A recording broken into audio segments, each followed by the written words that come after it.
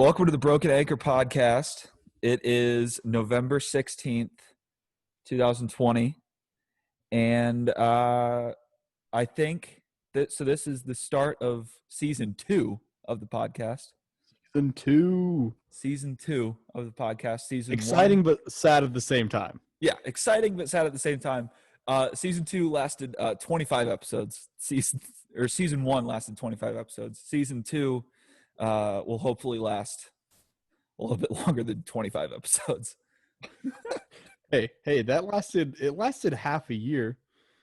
Not really. You can pretend it not lasted at half all, a year. actually. Not really even at all. I wasn't even, it was like, yeah, I forgot that we were doing like 2 episodes a week at the very beginning there. Yeah, 2 episodes a week was tough, I gotta say. Yeah, glad we really got away from that one. Yeah, I don't know how Roblob does it because I know Andy's. Well, they can just talk about. They can talk about anything and everything for like 6 hours if they wanted to. So and then now that basketball season's about to start up, yeah, we're gonna be lucky to keep them under 3 hours of freaking podcast. when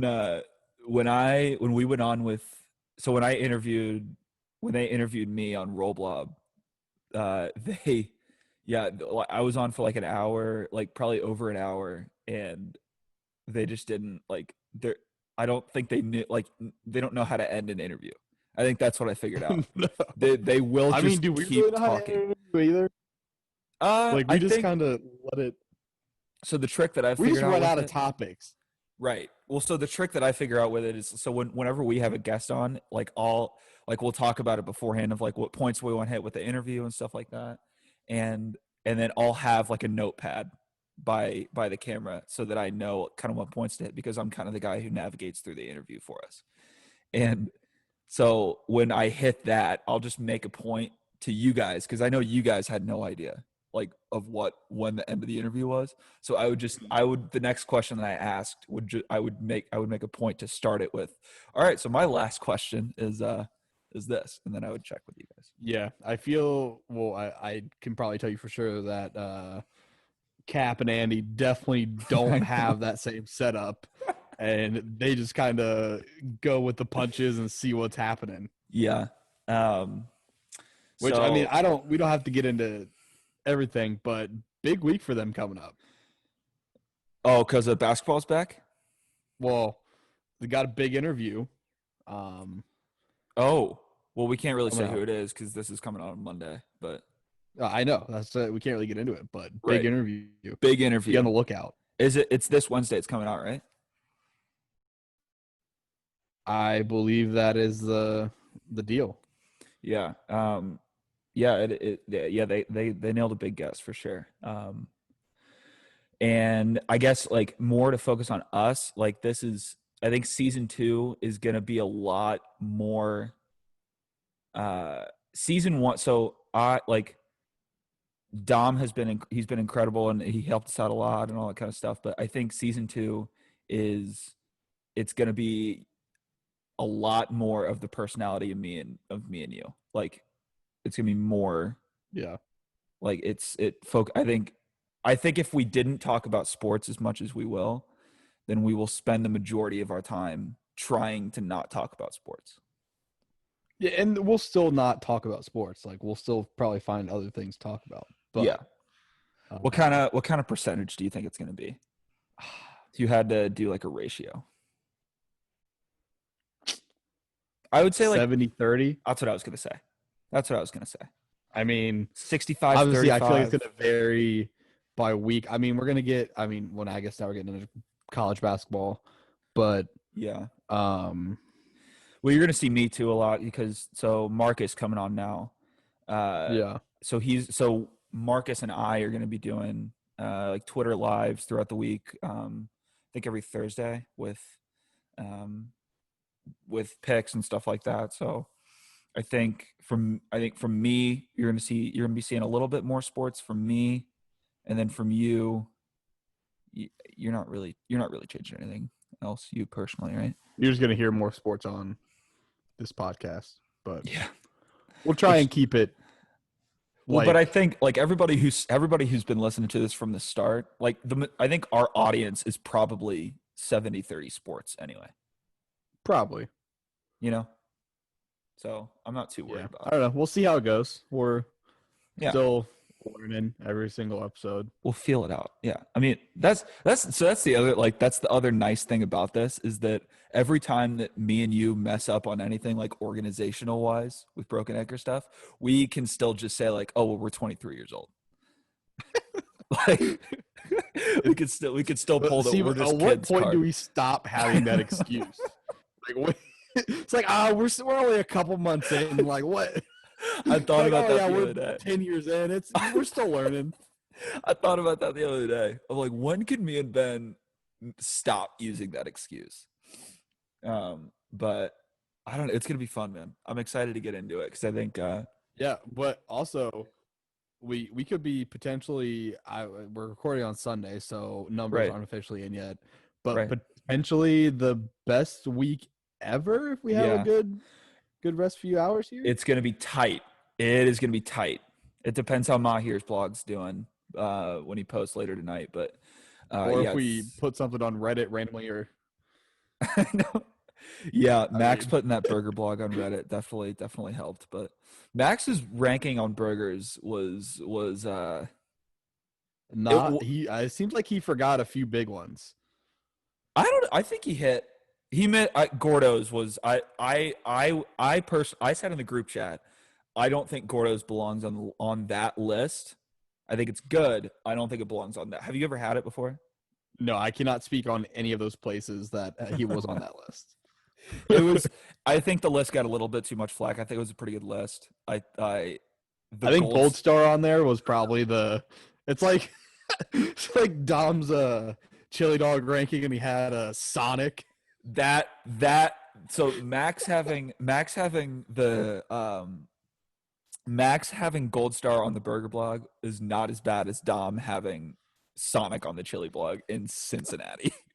It's like that's like I mean that's like saying like you'd rather go to church online when you're in the Vatican. Like what are we Yeah, doing? I don't. I Like, like the idea thrown out in the group chat though of a Broken Anchor chili cook-off. yeah. That would No, it be was chili like chili madness. I think that like we're gonna do like a bracket or something. whatever. We can do both. Like, I Yeah. think I like that idea though. Yeah, I think once we get like more into March, I think that'll be a fun thing. But yeah, I mean I've been really proud of our blog content the past couple of weeks. I think I've thought it's been like really entertaining. Yeah, and we have Morgan back too, which Yeah. that should Morgan coming help. back. What are the chances she's actually going to be blogging every Sunday? I'm surprised we got one this Sunday. Listen, so I texted her last night, okay, just to like feel it out, just to say like because like I'm doing a better job of keeping fun first here and not being like pushy and like so much of a boss with people and stuff. So I texted her. I was like, hey, so are we getting to blog out on Sunday and just checking in, just hey, how you doing? By the way, are we getting a blog in? And she said, yeah, don't worry, I'm getting a blog in.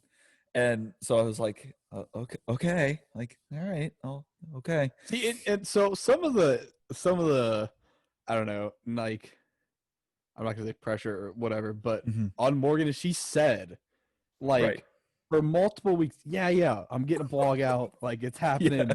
whatever, and then Yeah. Sunday rolls around and she never gets a blog out. Right. Like that's what like I think everybody who writes for us and does content for us and stuff like that, I'm not going to get mad at you if you can't put a blog out or something like that. Like it's life's got to come first, all that stuff. Completely understand.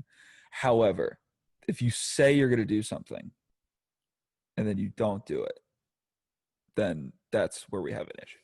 And that's like with me, I've been pretty vocal over the past couple of weeks. I've been working from 2 to 6 in the morning.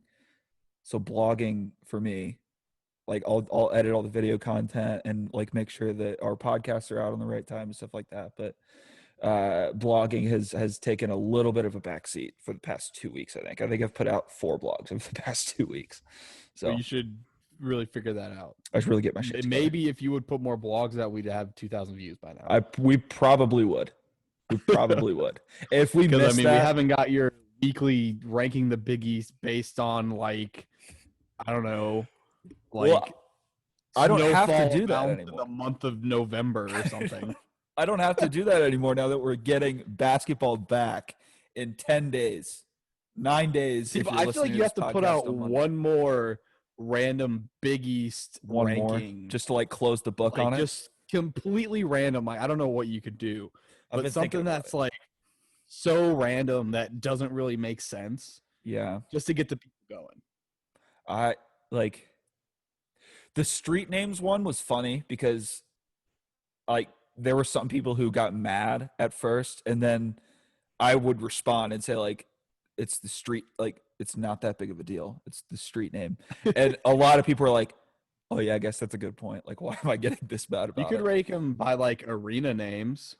I was thinking I would start off by saying who has the best home court because nobody can have fans this year, so like let's look back on the fans and stuff like that. I would probably have Hmm. to do everything in my power. It would take me a lot. It would take a lot of mental fortitude to not put the Centos Center number one there. I feel like no matter what you do, you're gonna put Centos Center number one. I I mean, I listen. You can think I'm biased and all that stuff all you want, but I will tell you that I think the three loudest environments I've ever been in, all three of them were at Centos Center. I'm just saying. hmm. Look, I I don't mean, know. it, UD Arena last year, hopping. I did. Did you go to any games last year? Yeah. So dude, I got so lucky because you know Elijah, right? Yeah. His parents have season tickets, and Ooh. I hit his mom up like I'm like, hey, if you ever like can't go to a game or something, like, can you keep me in mind? Like, if you're just trying to get rid of the tickets or whatever. Yeah. So it turned out that their home game against VCU and their home game against Rhode Island were both on weeknights, and they typically didn't go to weeknight games. So I got Oh. both of those tickets. So like VCU, I forget what, like they just pretty much dominated that entire game. But Yeah. like Rhode Island, they came out and went on a 22-0 run to start the game. Like that, like seeing Obi and like all that was just insane. Yeah. Oh, I've never been in UD Arena when it's that when it's like that.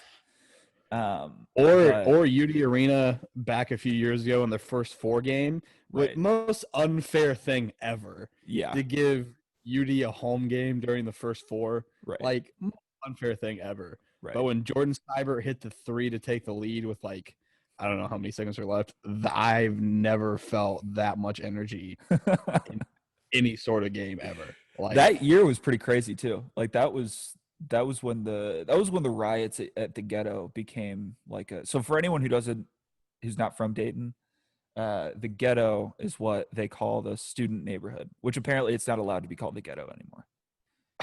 It's supposed to be called yeah, this. I think it's like the South Student Neighborhood, something like. I don't know. I don't think it was ever supposed to be called the ghetto. Yeah, that's Uh, probably true.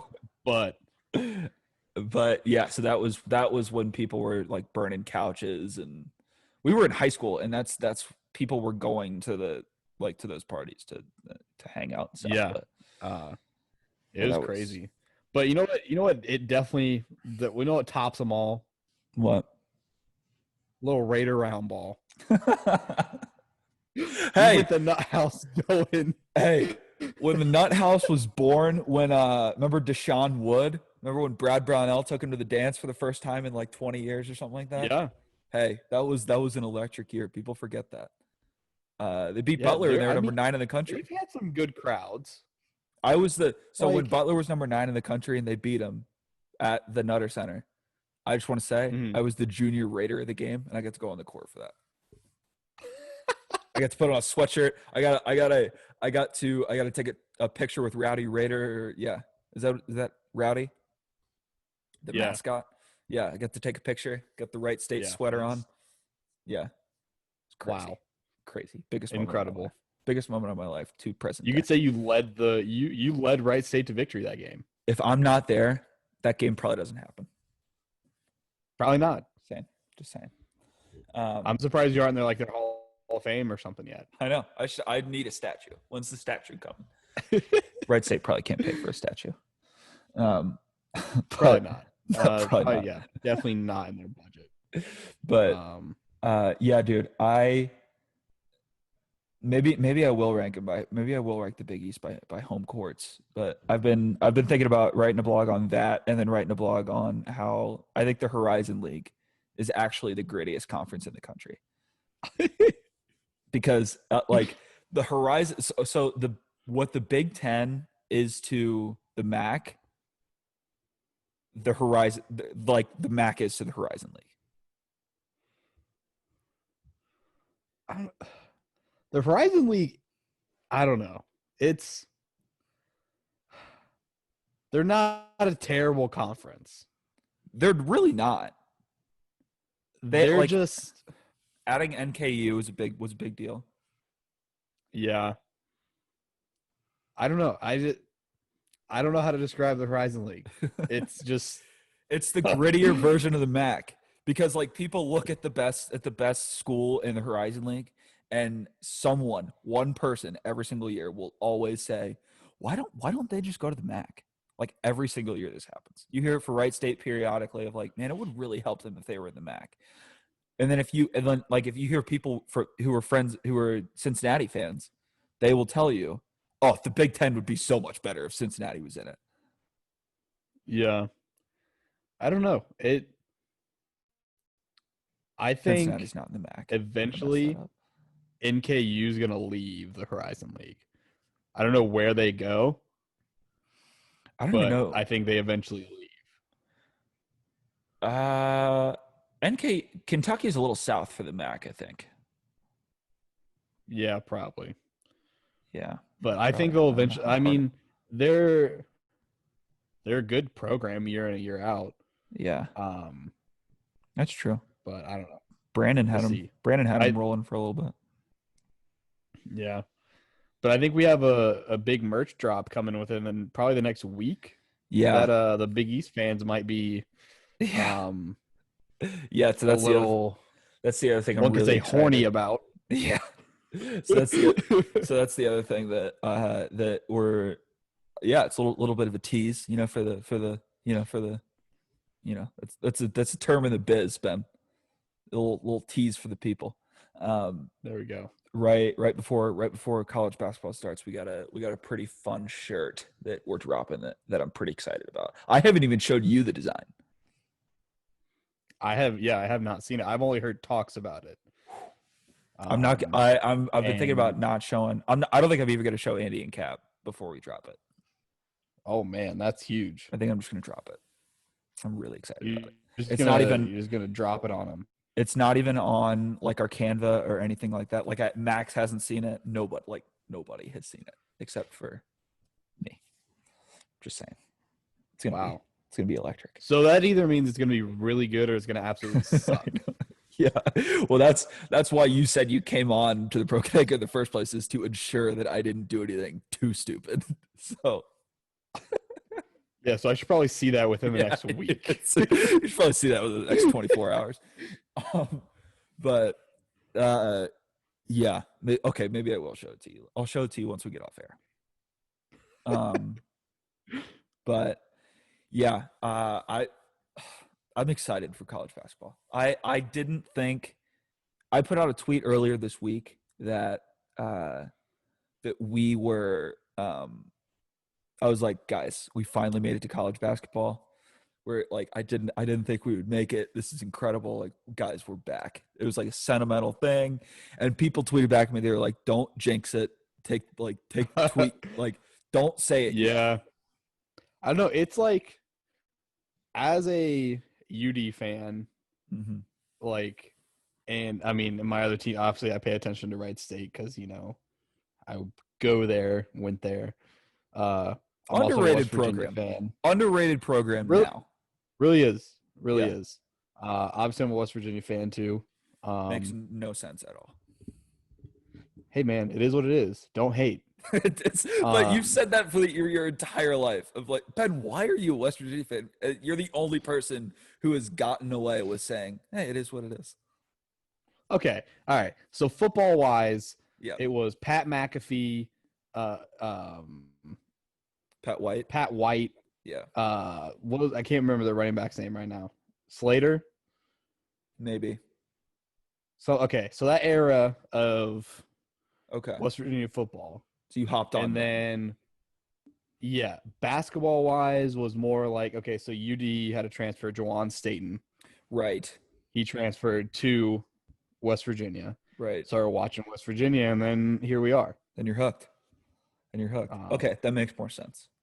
but it's sad because this basketball season a little sad, because UD was so good last year, I know. and we never got to see them on the big stage. What? Like Yeah. What boat are you in with that? Are you in the boat of like we definitely would have won a national championship? I think there was a very good chance that they were Final Four bound. Yeah. National championship, maybe a little bit of a stretch. I mean, you got to think their two biggest games of the year. They lost to Kansas in overtime, Yep. and they lost to Colorado in overtime. So their two biggest games, probably, biggest non-conference games, they lost. So I think they could have won the national championship? Yes. Would they have? I don't know. It would have been fun to watch for sure. It is. It's one of those things though that you can hang on to for the rest of your life.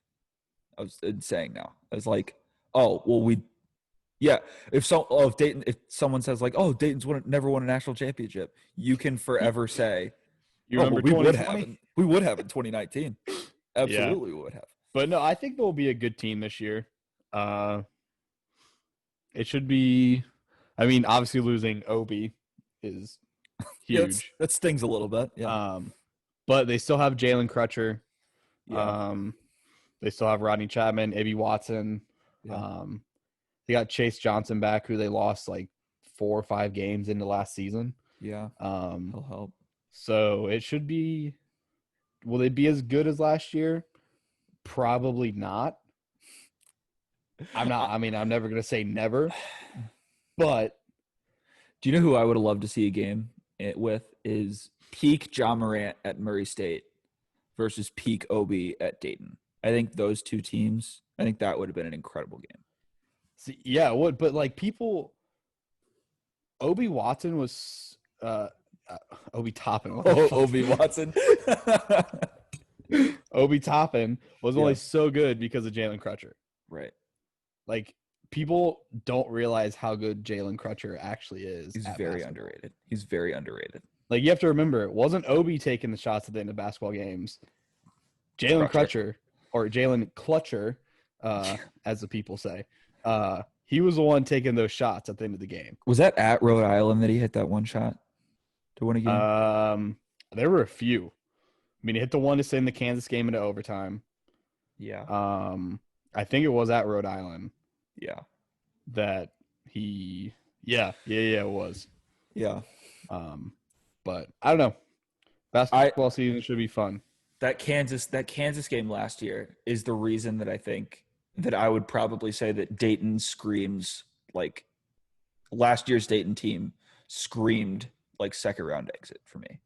Because the reason they were in that game is they hit a bunch of just ridiculous shots that never would have gone in, like at 90% of the time.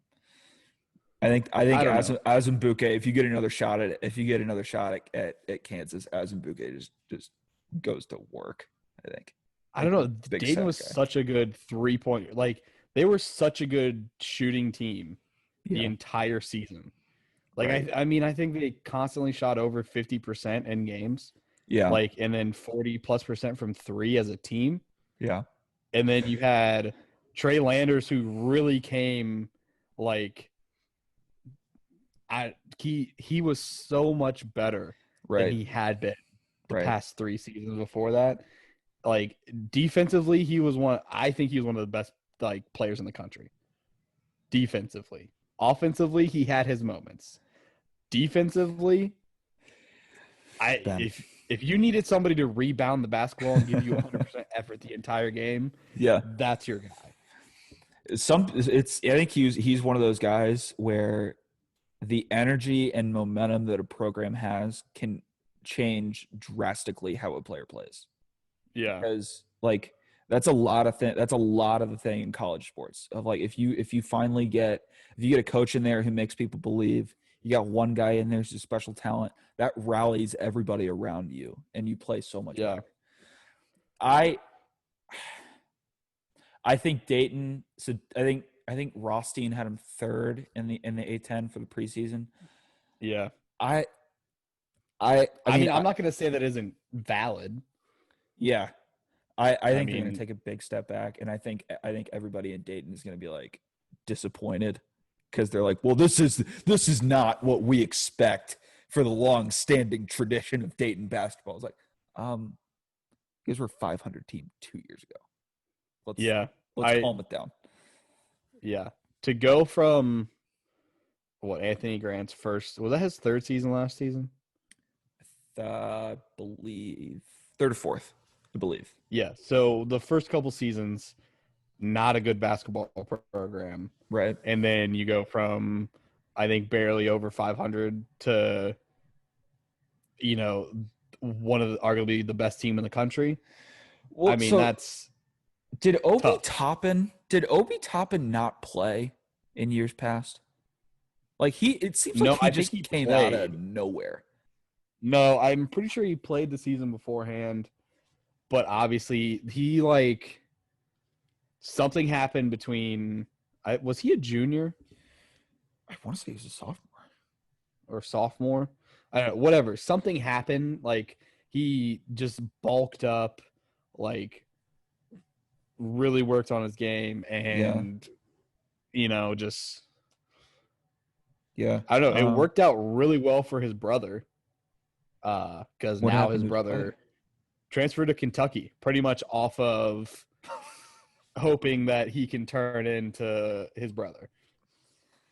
The other thing too that's just hilarious with the whole Dayton thing is like you hear everybody that I talk to from Dayton since last season ended has been like, oh, well, we're a better program than Xavier. Like, well, oh yeah, we would have beat you guys last year. So you had one good year. It was cute. It was really cute. It was a cute thing to watch, and I'm really proud that I got to watch people play in the sandbox a little bit and have a little fun. I don't know. I wish they would bring back the Dayton Xavier rivalry. Last year, Dayton wins that game pretty easily. Last year, Dayton would have spanked you guys. I think it would have been closer than people would have given us credit for it, but I think Dayton probably wins that game by probably 10 to 15. I think. Yeah, I think at least 15.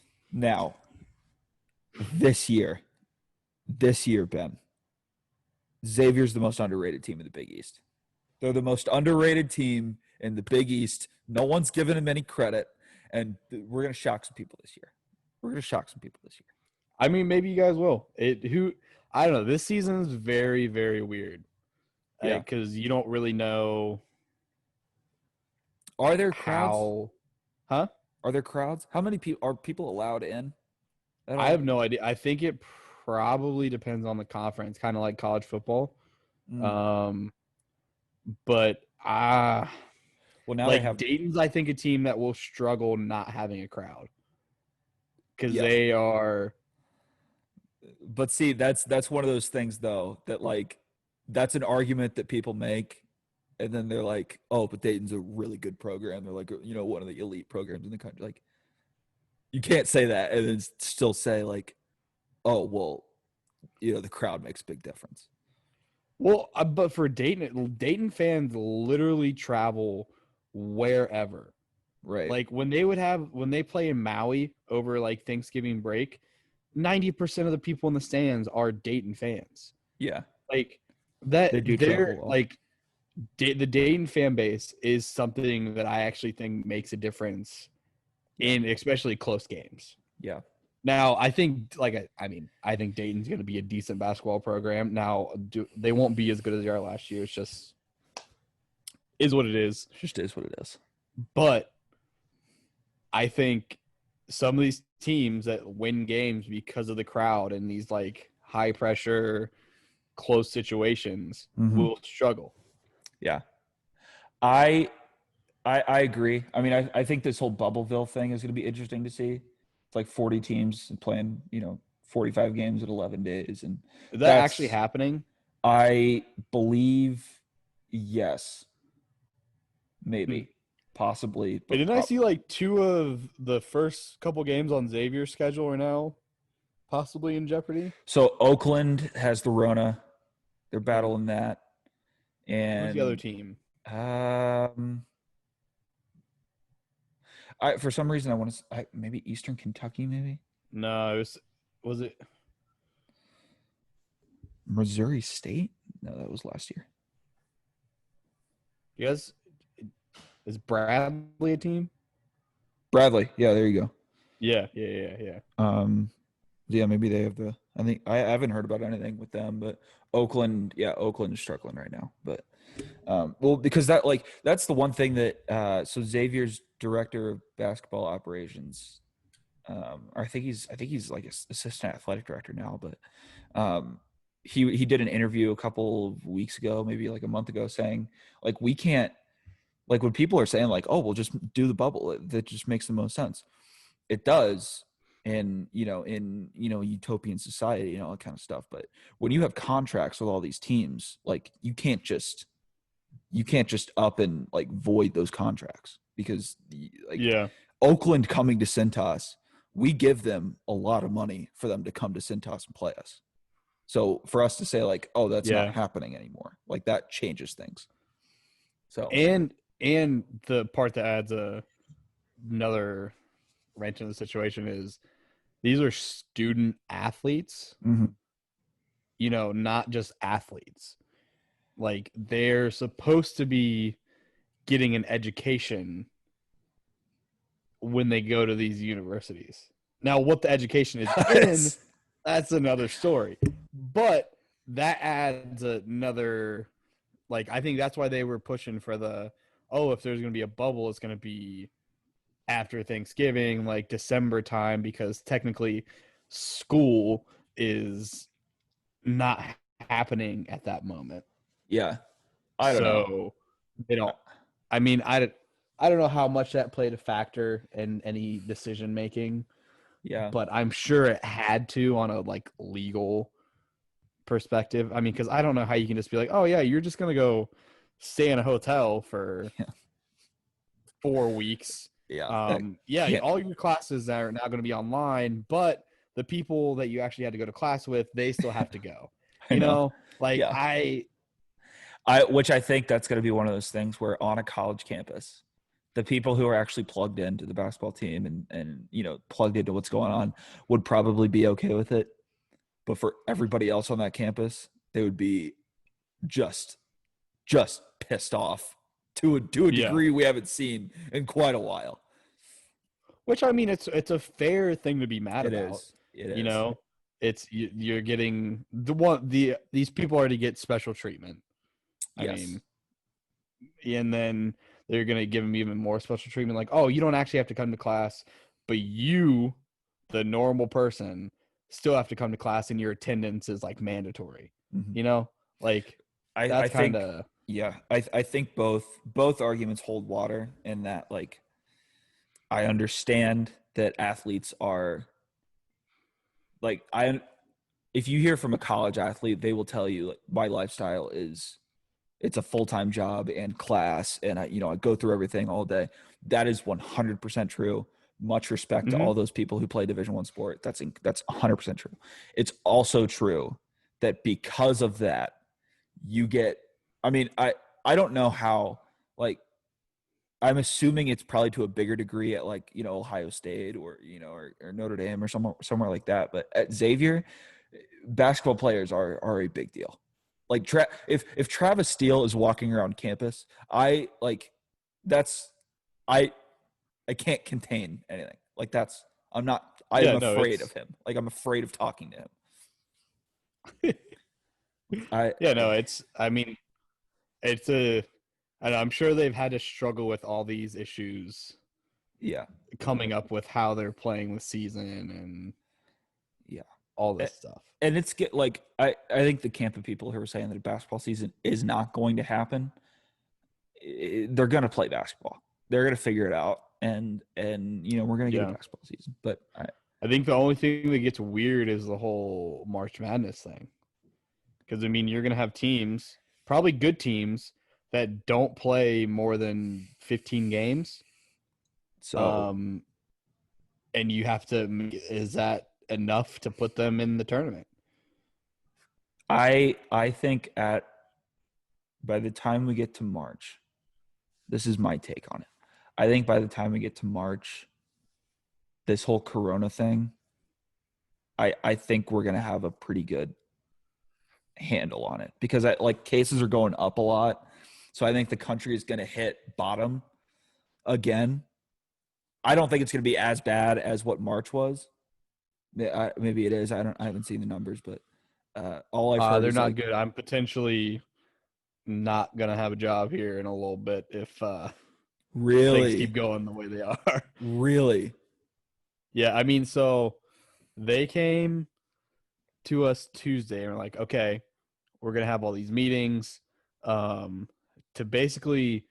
So okay, I guess good news is I'll still have a job, Okay, that's good. but for so in Montgomery County, Mm-hmm. which where it was within where I work, Sure. they are rapidly approaching what Mike DeWine considers purple, which is like level 4, like as bad as you can get within a county. Oh, Um, lovely.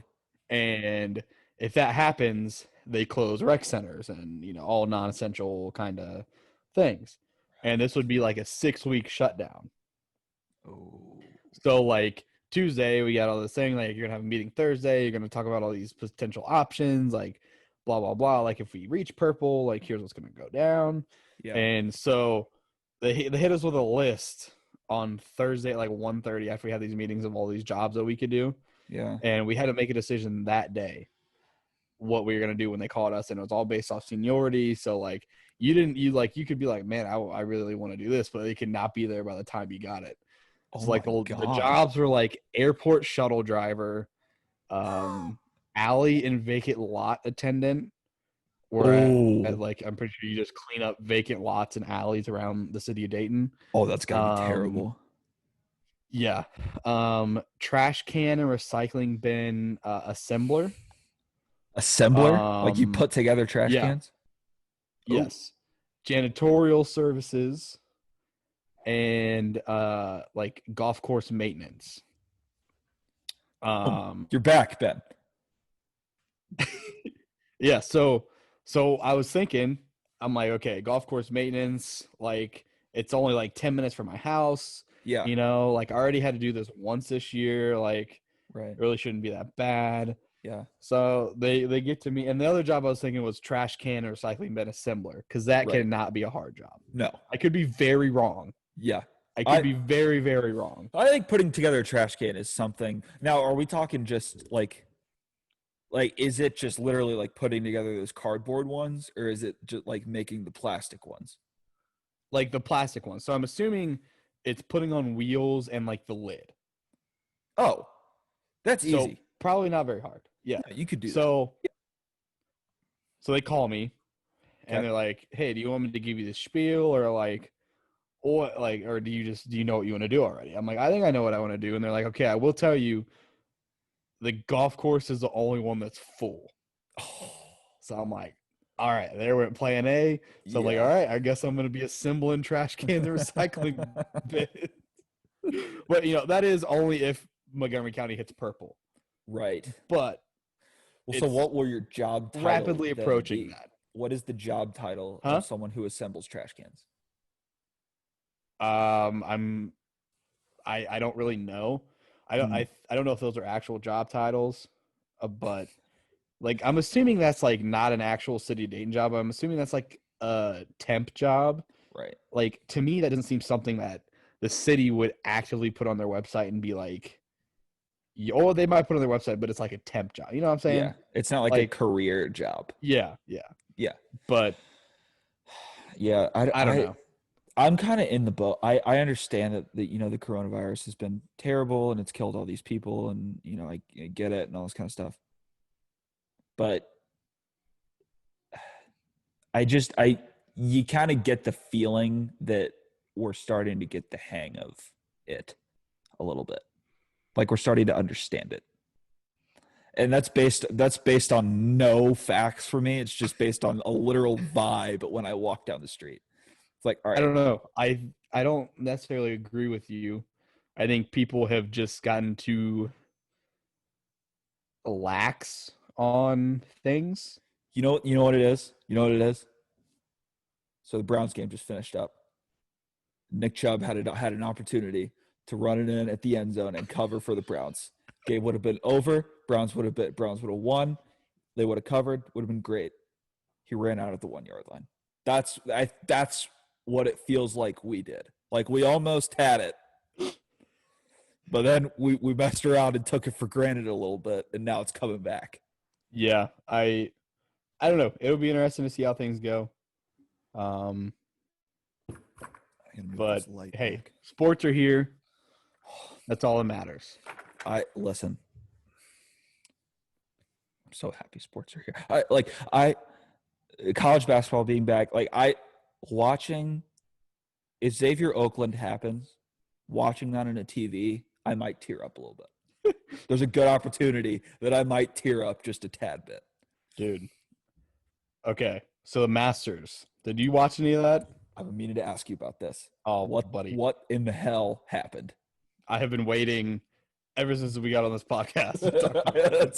I might, in edits, I might make this the top of the podcast.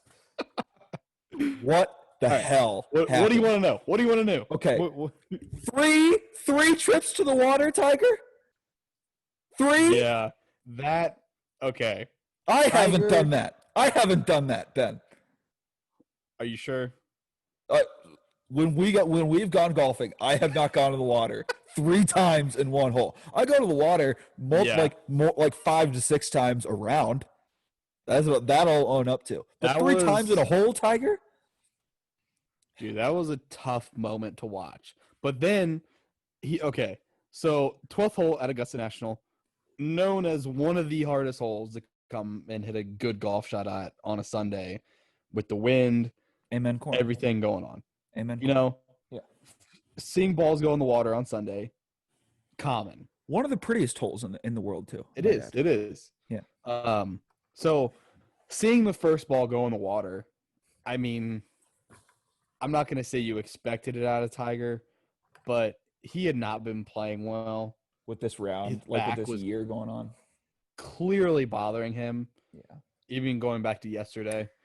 So not a complete surprise. Yeah. To see the second shot go in the water, that one you got to adjust. Definitely more surprising. Yeah. I mean, that was just a bad shot. I mean, you come up short, like not a good shot. Yeah. And then to overcorrect again and put yourself in the bunker behind the hole. Yeah. And then to blade the bunker shot, I mean, that was the first time he's made a 10 in his PGA Tour career. Yeah, I mean, and by the way, 23, almost 24,000 holes of golf, and he finally made a 10. But like, how many people have gone through an entire PGA Tour and not made a 10? I mean, I feel like that number is probably bigger than what you would think.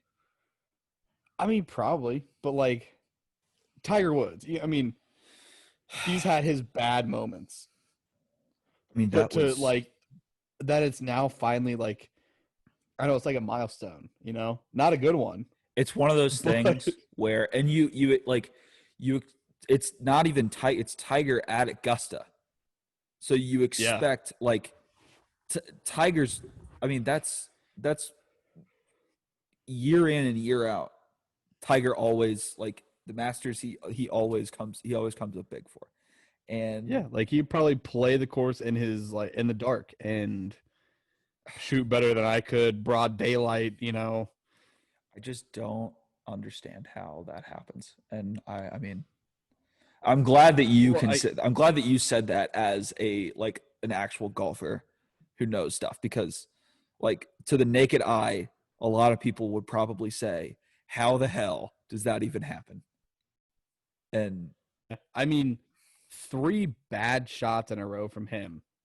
Okay. So the tee shot, I mean, okay, that what are you going to do? you see it happen all the time on the 12th hole at Augusta.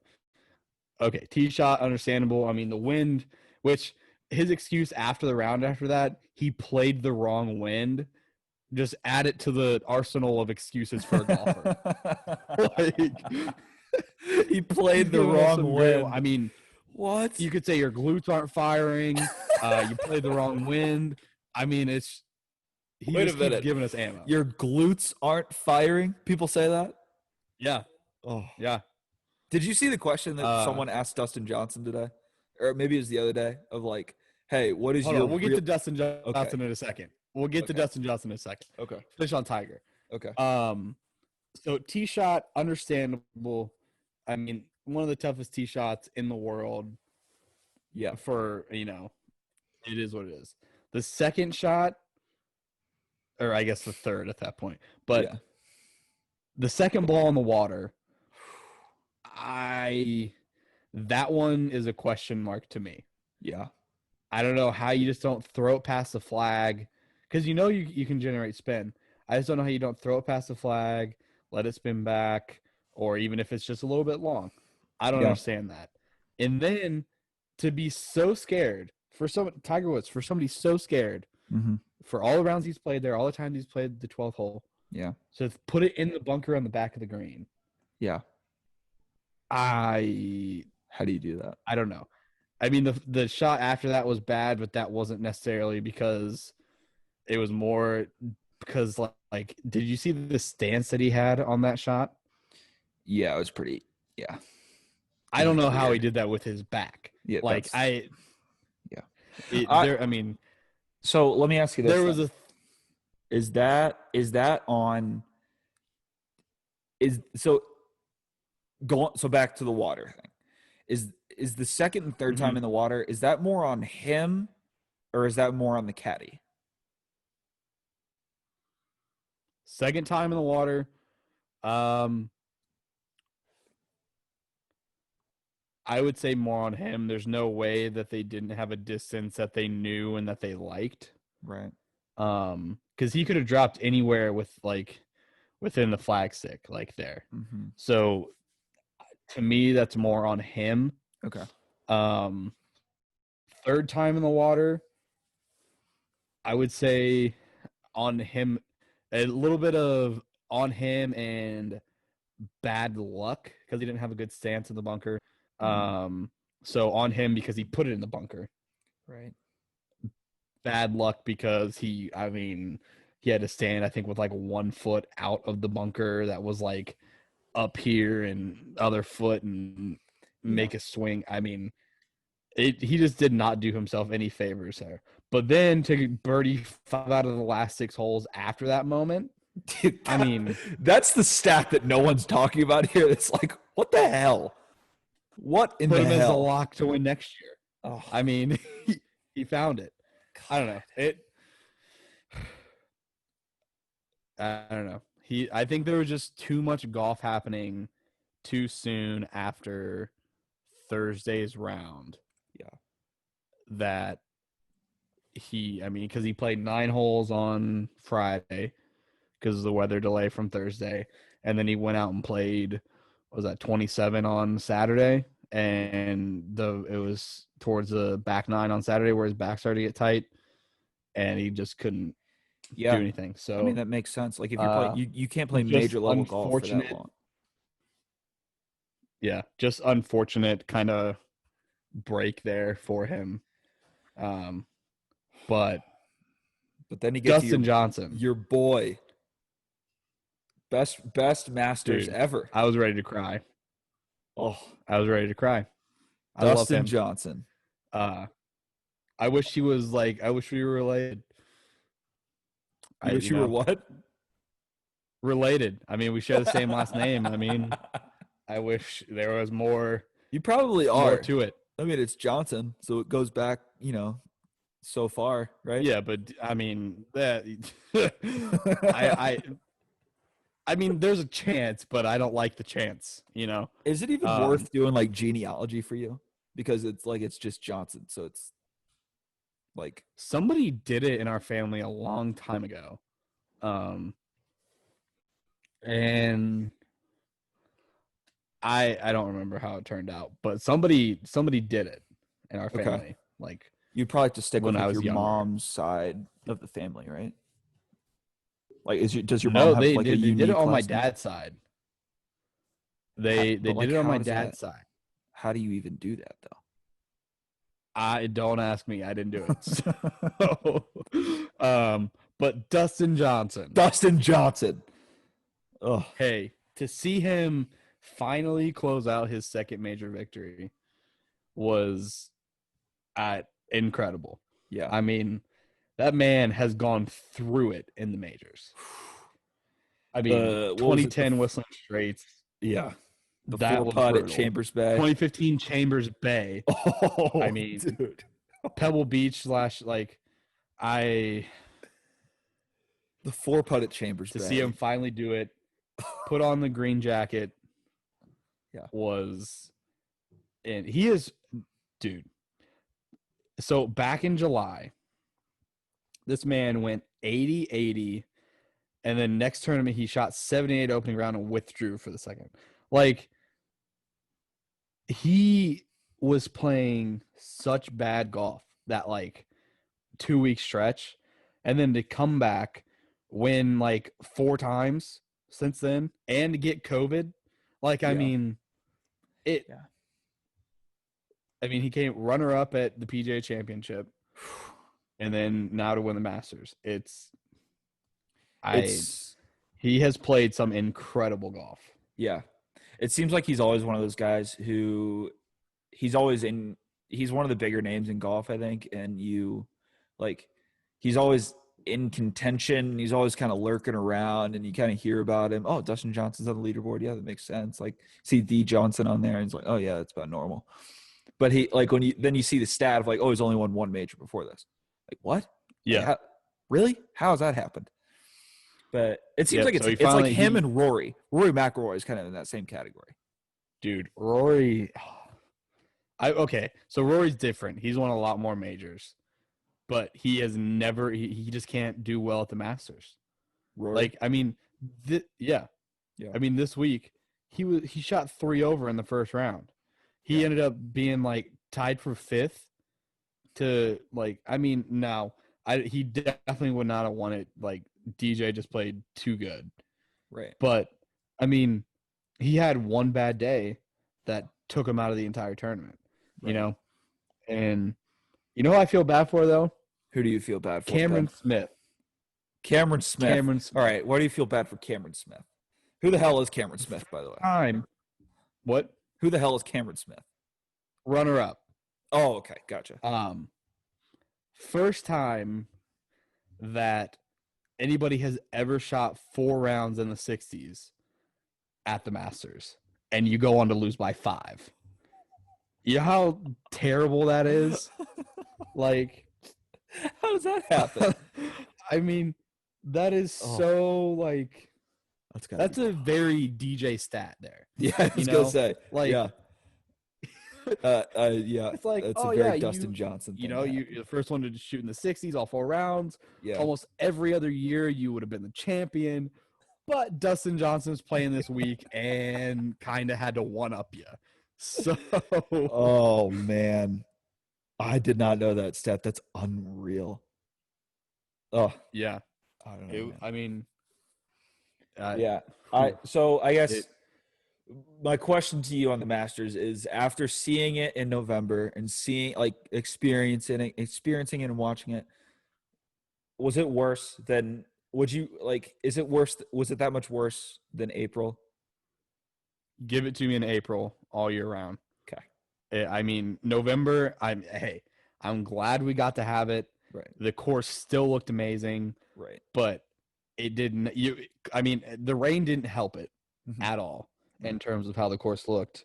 Yeah. But the course to me just played so much better in April, because in Yeah. April you got to think it'd be a little bit warmer there probably. The course would have dried out a lot more. Mhm. DJ probably wouldn't have got to 20 under in Right. April. Right. Um, I don't think anybody gets but to. I mean, hey, Yeah. I don't think 20 under will Jordan be Spieth touched, shot 18 under in 2015, but but that was the same thing. It ridiculous. rained a little bit, Yeah. so it. But no, I'd much rather see it in April with all the flowers and The azaleas and the uh, well, because the azaleas were still beautiful. there. That was one of the things where you found out, like, oh, a lot of this is just fake because they spray painted the grass. The azaleas they put out like 3 days before the tournament every year anyway, so they're always in full Yeah. bloom no It's matter not. what Yeah. So happens. the Masters look. So they didn't really have that many flowers out. Right. They kind of let the fall foliage kind of speak for itself this time. Yeah. But like, yeah, at Augusta, they put out a lot of the stuff that they do is not there all the time. It's Yeah. like they're just for the tournament. Yeah. Um, They still had the but Magnolia Lane pictures and oh yeah, and they were incredible. yeah. Like there were some sweet photos this week. Yeah. Uh, just because like the fall foliage and whatever. But I'm assuming the question you were talking about with Dustin Johnson was when he was asked, "What's your favorite tradition about the Masters?" And he's like, "Well, it's not really a tradition, but the thing I like the most is the sandwiches, Well, that like the palmetto and what is it? The pimento and cheese? pimento cheese." Pimento cheese. Yeah. I mean, is that just a grilled cheese, by the way? Is that the question you were talking about, though? No. My question was, what is realistic par for you? Like, I know, like, are you shooting for like a 68, 69 or something like that? Like, what is realistic par for you? And Justin Johnson just looks at the guy and goes, well, if you add up all the numbers on the holes, the par for the course is 72. So par for me is 72. Like, what are you Did you hear talking about? Bryson's answer to that? Where he said par for him was 67, and I don't think he shot 67 or better the entire weekend or week. That Are dude you was on the going Bryson through it. DeChambeau train, or are you not on the Bryson DeChambeau train? I I would say I'm on the train. I was definitely not on the train at the beginning. But I don't he's just so easy to make fun of. Yeah, the whole Like analytics he numbers goes in thing. here, says, "Oh yeah, par 67 for me, like." And then you just see him balls flying left and right and Right. can't find it on this hole, loses the ball on this hole Yeah. and barely makes the cut. You can't go out there and say, "Oh yeah, par 67 for me," and then not shoot a 67 once. Like, but I don't know. I guess he was sick kind of this week. I don't know. I guess like Oh, I'm sure Tuesday he or something, he was. started feeling like I don't know. Hey, that's what he said. He started feeling I'm sure. dizzy, like not right. So he got tested for COVID again, and it came back negative. But This is the same thing as the hear about boxing stuff. Is like when a fighter loses the fight, after the fight you realize like, oh, he had like 9 broken ribs and nobody talked about it and he fought through it and all yeah, that kind of stuff. Well, okay, so going into the Masters this year, everybody who knew about any kind of golf was saying like, you know what, on Sunday we're all going to be talking about Bryson DeChambeau as the next best thing in golf. And then now it's like, oh, well, he was sick and all that kind of stuff. Like, or yeah. he I just mean, played horrible. he did, but he really did hit some very unlike him shots. Mm. Like even down the stretch, like he bladed golf balls. Like I don't know. Maybe there was something up. What Maybe does he just couldn't bladed handle the mean, by the pressure. way? What does bladed mean for the? I don't understand that. Like he hit it thin. He hit it with the blade of the club, so it just goes like a rocket. You don't get enough Like ground. You don't get enough turf. yeah, Yeah, yeah. this is for all those. This is for all the non golfers out here. This the non golf talk. But yeah, I don't know. I think can he compete at the Masters? Probably. Yeah, Just not a good. he's got to get the hang of the course. week. He was just getting to know the course a little bit. Yeah, I mean, hell, when you're hitting the ball as far as he is, you kind of don't really know what you got until you actually go play a golf course. I mean, I it's yeah. Apparently, the whole rest of the tour, like people on the tour, just hate this guy.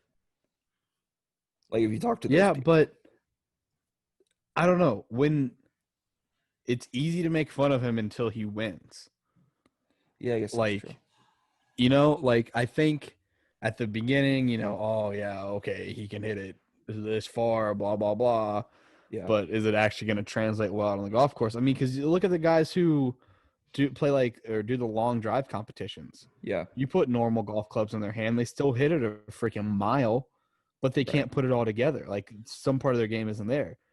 right. He's clearly been able to put it all together. He can hit it far, Mm-hmm. and he can still putt. He can chip. Like, Yeah, I mean, he won the U.S. Open. yeah. I mean, Which is the hardest it's tournament in hard the to world to win. argue. It's hard to argue with results. Yeah, So now, if the results weren't there, okay, yeah, you can keep making fun of him all day, and we're still going to make fun of him. It's what we do. I mean, he just does so much stuff that it makes it easy.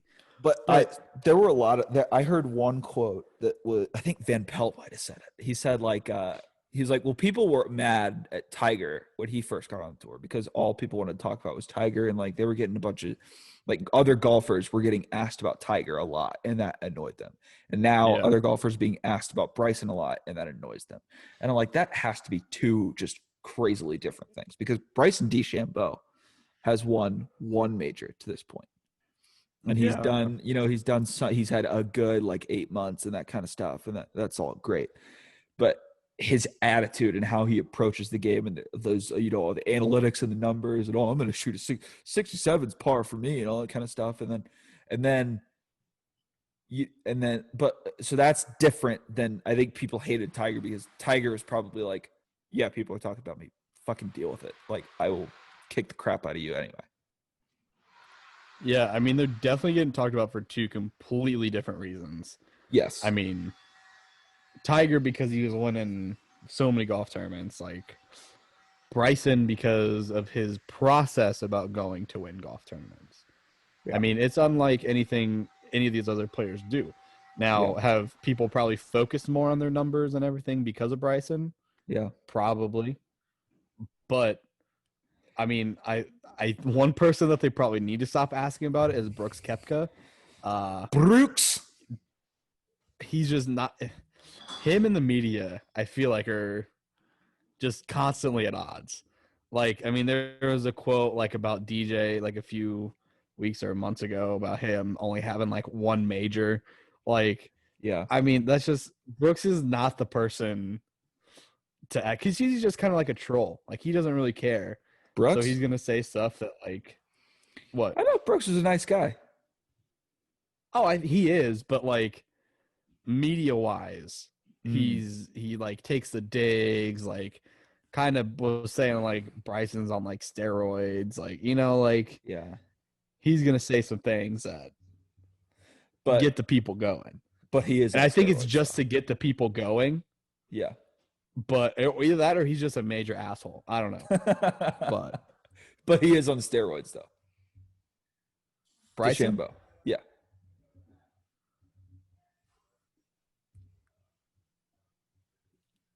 He's I don't Ben. know. Ben. He's on steroids. That I don't doesn't just know. happen. That does not just happen in this short of time. See, but I'm fairly certain PGA Tour tests for steroids. You're gonna tell me they test for cocaine and not steroids? Yes. Well, two different things. Performance enhancing drugs and just, like mood enhancing drugs are two different things. Hey, well, but hey, helped DJ early on in his career. Did he So would he snort cocaine before a tournament? I don't know. I mean, he obviously got tested at one point, got suspended for like a year. Wow. So Hmm. uh Yeah. obviously at some point within, there's only a few days where the golf tournament isn't going per week. Yeah. So Yeah. Um yeah, I mean it just felt a little bit out of place, the Masters in general. I think it was great and all that kind of stuff with the Masters and the tradition, and I get it 100%. But when it's in November and like I'm trying to watch Notre Dame football and stay plugged into the Masters, like it just shouldn't belong together. It just doesn't belong together because I'm trying to watch Notre Yeah, Dame, not play a hangover game against Boston College, and that's the other thing that pissed me off this weekend was there were so many people. There were so many people, Ben, who were just like Boston College went up like 13-10, like early in the second quarter or something like that. And Twitter just lost its fucking mind, Ben. They just went bananas about, oh, is this Notre Dame's hangover game? They just got this big win, all this kind of stuff. They upset alert, all this kind of stuff. Stop it. Just stop it. Notre Dame is still Notre yeah. Dame, and Boston College is still Boston College. So okay. So to be completely honest with you, Yep. the only reason I mean, I don't care if Notre Dame wins or loses unless they play Ohio State. Yep. But the only reason I wanted to see Notre Dame lose against Clemson was because I think if Trevor Lawrence plays, they lose automatically. So that means that come ACC championship game, Clemson's going to beat Notre Dame. They're both going to be one-loss teams. Alabama's going to be undefeated. Ohio State's going to be undefeated.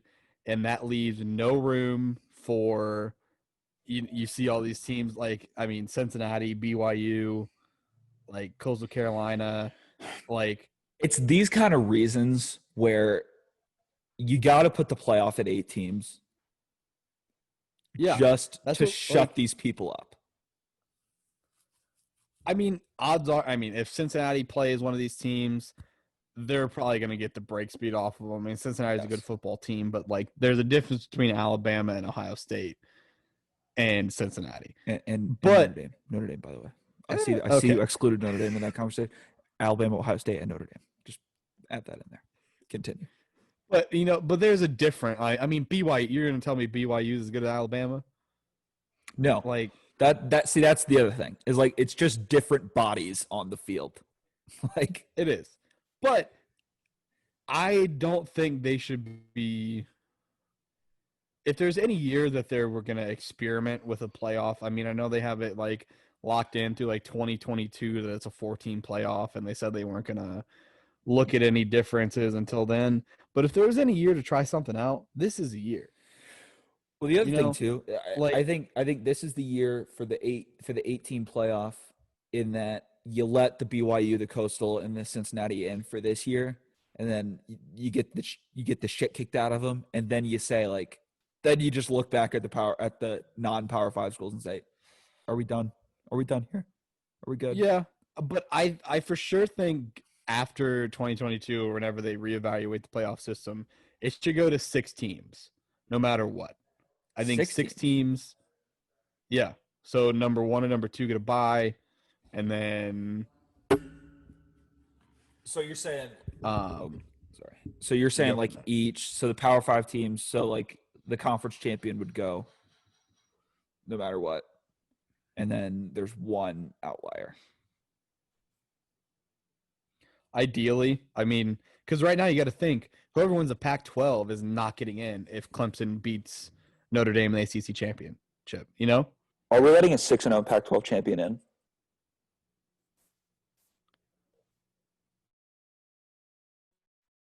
I mean, I feel like it's unfair to leave them out as a Power 5 conference. Yeah. You're essentially saying the Pac-12 doesn't matter. Right. If their champion is 6-0 and doesn't get a chance to play for a national championship. It's six. Now, the Pac-12 yeah, no, besides the 6 games. This year's weird. 6 games. Yeah. 6 you need to play 6 games or win 6 games to be bowl eligible. Yeah. So that I don't know. But this year they just need to reevaluate because there's going to be multiple undefeated teams who probably fill up the top 10. I don't know if there's a chance everybody in the top 10 can be undefeated, but I feel like, especially to leave a Pac-12 champion Mm-hmm. out of the playoffs just because there's not enough spots for them is messed up, you know? Yeah, but I think first of all, I think if you put Alabama would go undefeated in the Pac-12. Notre Dame would go undefeated in the Pac-12. Ohio State would go undefeated in the Pac-12. Clemson might lose a game here and there just because they're clearly not as good as Notre Dame. I think the top 4 teams in the country right now go undefeated in the Pac-12. Pac-12 is not a good conference this year. Well, but like I think mean, what we've USC learned barely beat Arizona. Yeah. Like, and I mean, Oregon's probably their only hope. Yeah, but then like Oregon, they're going to slip up anyway because I think they have a freshman quarterback who isn't like a generational talent, so they're going to slip up at some point. I think there are clearly the 4 best teams in the country right now. Alabama, Clemson. No, Alabama, Ohio State, Notre Dame. Top 3 teams. Clemson's the top team in the country. There are clearly the top 3 teams in the country. Alabama, Notre Dame, and Ohio State, probably in that order. And then there's a distant number 4, Clemson, with one just devastating loss that we don't know if they're ever going to be able to bounce back from. And then there's everybody else. Listen, it's just that's just what it is. And I would just like to say that as the newest member to like the elite of the elite college football programs, I'm happy to be here. I'd just like to say it's nice to be looked at as one of the top 4 programs perennially in the country. Some would say top 3. All right. So we need to talk, if we're going to talk college football, we have to talk about this. Michigan. Dude, Jim Harbaugh needs to be fired yesterday. What? Okay. How? Jim Harbaugh. How much longer do you keep him on? Oh, dude, so I was talking to I was talking to my dad about this the other day. He's like, nobody has any money to like fire anybody because COVID, and so they're not going to be able to afford to go get a new coach and also buy out the contract of another person. Yeah, Michigan should just like there is a booster somewhere who will pay the money to say, I don't care what the price is, get this dude the hell out of Ann Arbor. Like, dude, I don't know, dude, and Penn State. Like, what do you, man? Penn State's a little different because they're 0-4. James Franklin is a good coach. I think they're just having a little bit of a down year. The COVID, everything's happening. I think the narrative around Penn State's a little bit different because Jim Harbaugh has turned Michigan into a steaming pile of garbage. Yeah, Jim Harbaugh needs to go. And it's not even because I'm a Ohio State fan. No. Like, I want Michigan Ohio State games to be competitive. Like, yeah. Like, if Ohio State, I obviously want them to win. But if a good Michigan team beats a good Ohio State team, mm-hmm. I'm fine with that. Like, good game, like whatever. But Michigan is just going to go out on the field and get embarrassed. Oh, Ohio State might score 100 points on Michigan this year. Like, did you watch the Wisconsin game, by the way? What? Did you watch the Wisconsin game? Yeah. Like, I stopped paying attention. I tweeted out last night, this is the night Michigan football died. Like, Michigan football is officially dead. Jim Harbaugh killed Michigan football. It was crazy. That was sad. I don't understand. And it's not even a thing of like it's past the point of where it's like comical, where like, because I'm a Notre Dame guy. I hate Michigan too. It's funny when Michigan loses a game like that every once in a while, but when it happens chronically, and when Jim Harbaugh has, like, you've just seen like the downward spiral of this game. And this is also, by the way, a tough thing as a Notre Dame fan for me to say because of what the hell Notre Dame did to us last year, what the hell Michigan did to us last year in like the middle of a hurricane, and they beat us like 41-14. That's tough. Both things can still be true. that was embarrassing what happened last night. Yeah. Yeah, it's like you feel bad for Michigan fans. Yeah. Like, I didn't think I would ever see the day that happened, Ben. Yeah. Like, I mean, like I said, I want Michigan to be a good program because one, it helps out the Big Ten. Yes. Two, I want to see good games against Ohio State and Michigan. Yeah. Michigan, Like, it's just Michigan's one of those programs where when Michigan is good, college football is better. Yeah. But they're just not good. But I don't know, a little bit of trade-off this year. Indiana. I would be lying if I said I wasn't a little worried for Ohio State to play Indiana next week. Ben, I think the same thing. So I think Wisconsin being very good last year with was last year Jonathan Taylor? Was that the Jonathan Taylor year? Yeah. So if Illinois didn't happen last year, where Wisconsin goes to Urbana-Champaign and loses that one,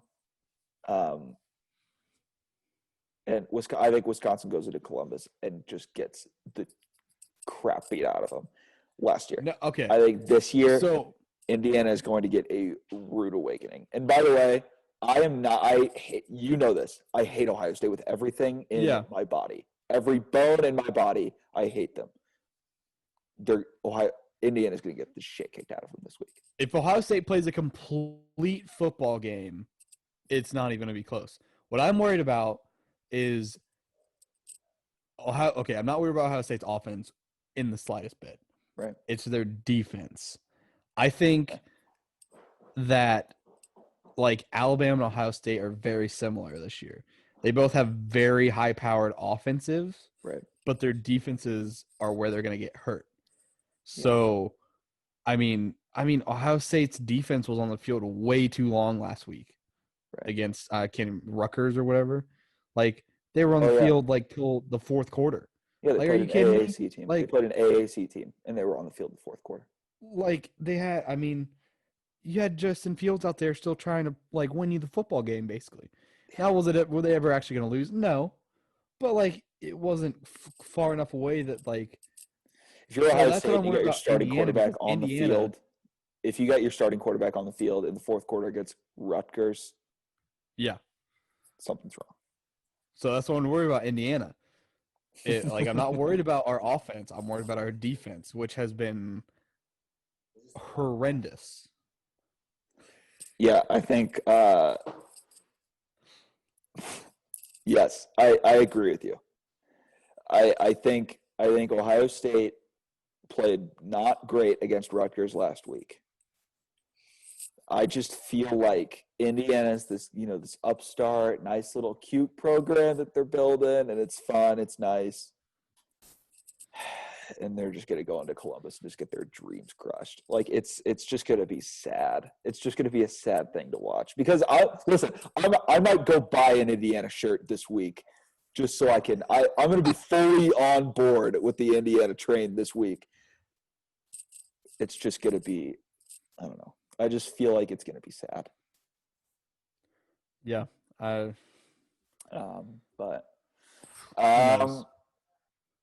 right, so that's the show. We will see you guys on Monday. Let us know how you like this podcast versus like this type of podcast versus the last type of podcast because this was sports heavy. I will tell you. Did we talk about anything other than sports except for like what's going on with our company? Yeah. No, we did not. No, we did not. There wasn't really a ton that went on, really, this week. I don't know. We'll come up with some kind of Thanksgiving special for next week. We got to rank Thanksgiving foods.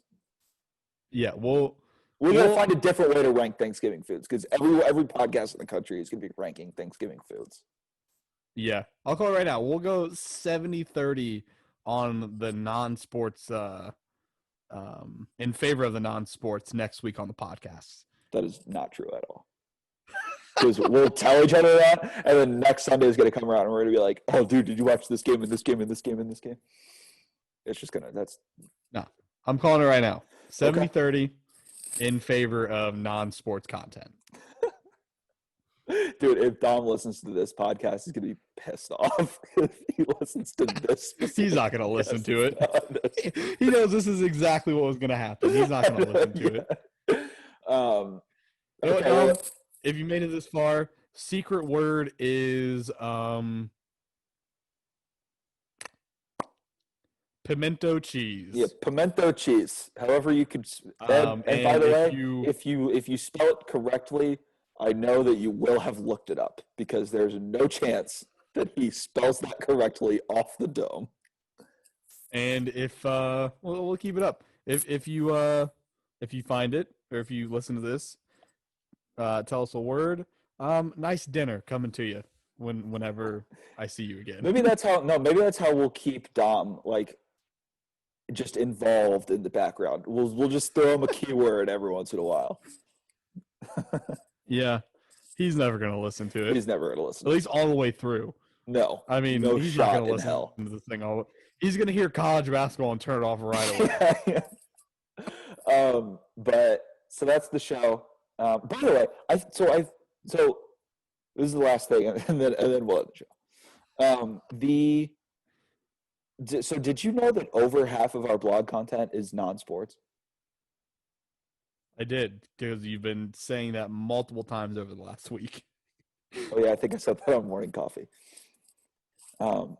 Yeah, I just thought that was an interesting stat. That is kind of surprising. I'm proud of that. I'm very proud of that. Yeah. We'll see if it stays that way. I think it will. Now that we got more, we're adding more sports content people every single week, and not any more people who want to talk about things other than sports. Well, so right now we got Morgan, who's not going to talk about sports. Cass doesn't really talk about sports. Mahir doesn't talk about sports. I'm like 50-50. I'm about 50-50 too. Yeah. I think everybody else is about 50-50. But yeah. Marcus is probably going to be like 90-10, which is to be. Yeah, did any of his picks for the week hit? My guy went, I think, 1-2 in his picks, and then the Cortez lock of the week, 0-1. Do we know who Cortez is? Because I know who Cortez is. Yes, I've been instructed to not tell anybody, even not Ben. That's what the text says in the thing. Really? I've been instructed to keep this under tight wraps. And we'll have to talk about this. If you guess who it is, you could probably guess who it is. Probably. But I've been instructed to keep it under tight wraps of who Cortez is or is not.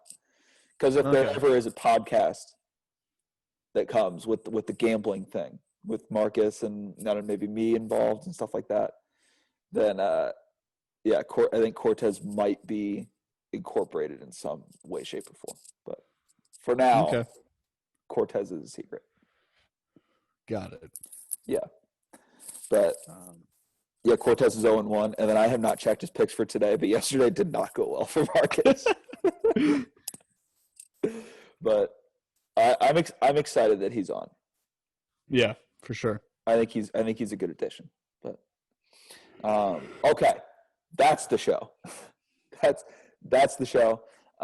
We will see you guys on Monday, and yeah, we'll see you guys on Monday. Hopefully, we'll be looking at best week ever on the blog. So, thank you guys for that. And yeah, anything else to plug before we head out? I think that's it. All right. Well, then let's go have the best week of all time. Hell yeah.